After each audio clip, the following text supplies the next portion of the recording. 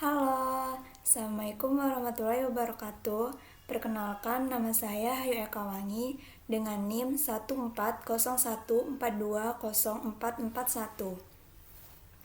Di tengah terjadinya wabah COVID-19 saat ini, kita semua menahan untuk di rumah saja. Banyak orang yang di PHK, banyak usaha yang mengalami kebangkrutan. Tetapi, ada para pejabat di gedung pemerintahan yang rakus, haus akan kekuasaan dan harta. Ya, baru-baru ini KPK telah mengungkap sebuah kasus korupsi dana bantuan sosial. Dana bantuan sosial yang seharusnya dibagikan kepada orang yang membutuhkan, masih ada saja yang diam-diam untuk mengutipnya. Nah, apa sih partisipasi positif warga negara di dalam pemerintahan, terutama apa sih peran masyarakat dalam memberantas korupsi? Di sini saya akan menjelaskan tentang peran masyarakat dalam memberantas korupsi. Nah, ada beberapa langkah yang dapat masyarakat lakukan untuk memberantas tindak pidana korupsi itu sendiri. Yang pertama itu, kita dapat melaporkan dugaan tindak pidana korupsi yang terjadi di sekitar kita. Banyak dari pengungkapan kasus tindak pidana korupsi yang dilakukan oleh KPK berasal dari pengaduan masyarakat itu sendiri. Hal ini menunjukkan bahwa masyarakat dapat berperan penting untuk memberikan data yang informatif kepada KPK dalam upaya pemberantasan tindak pidana korupsi. Selain itu, hal ini sekaligus menguatkan kedudukan KPK sebagai anak kandung dari reformasi yang lahir dari rakyat itu sendiri. Sehingga, dengan berkontribusi untuk mencegah terjadinya tindak pidana korupsi, masyarakat dapat memaksimalkan kinerja KPK dalam menyelamatkan potensi kerugian negara yang dilakukan oleh oknum pejabat pemerintahan.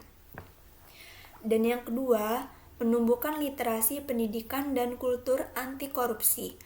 Masyarakat juga dapat meningkatkan literasi pendidikan anti korupsi kepada anak semenjak dini. Hal ini bertujuan agar dapat membentuk pribadi anak yang berakhlak dan berkarakter baik. Selain itu, masyarakat juga dapat membudayakan kultur anti korupsi kepada kehidupan sehari-hari. Misalnya, tidak melakukan korupsi waktu apabila memiliki janji kepada orang lain. Apabila kultur anti korupsi telah menjadi kebiasaan di tengah masyarakat, maka kesadaran dan rasa malu melakukan tindakan korupsi akan menjadi sebuah budaya, sehingga meskipun terdapat pengawasan terhadap potensi tindak pidana korupsi itu sendiri, angka potensi tindak pidana korupsi dapat ditekan. Selanjutnya, kita akan membahas bagaimana sih figur pemerintahan yang ideal bagi Indonesia. Yang pertama itu, harus punya manajemen yang baik untuk diri sendiri. Pertama dari yang harus pemimpin punya untuk bisa menjadi seorang pemimpin yang baik adalah bisa mengatur diri sendiri dengan baik.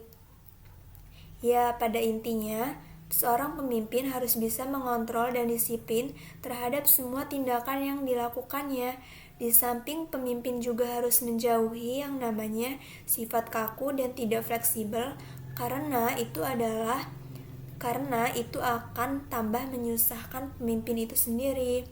Yang kedua yaitu punya strategi dalam bertindak.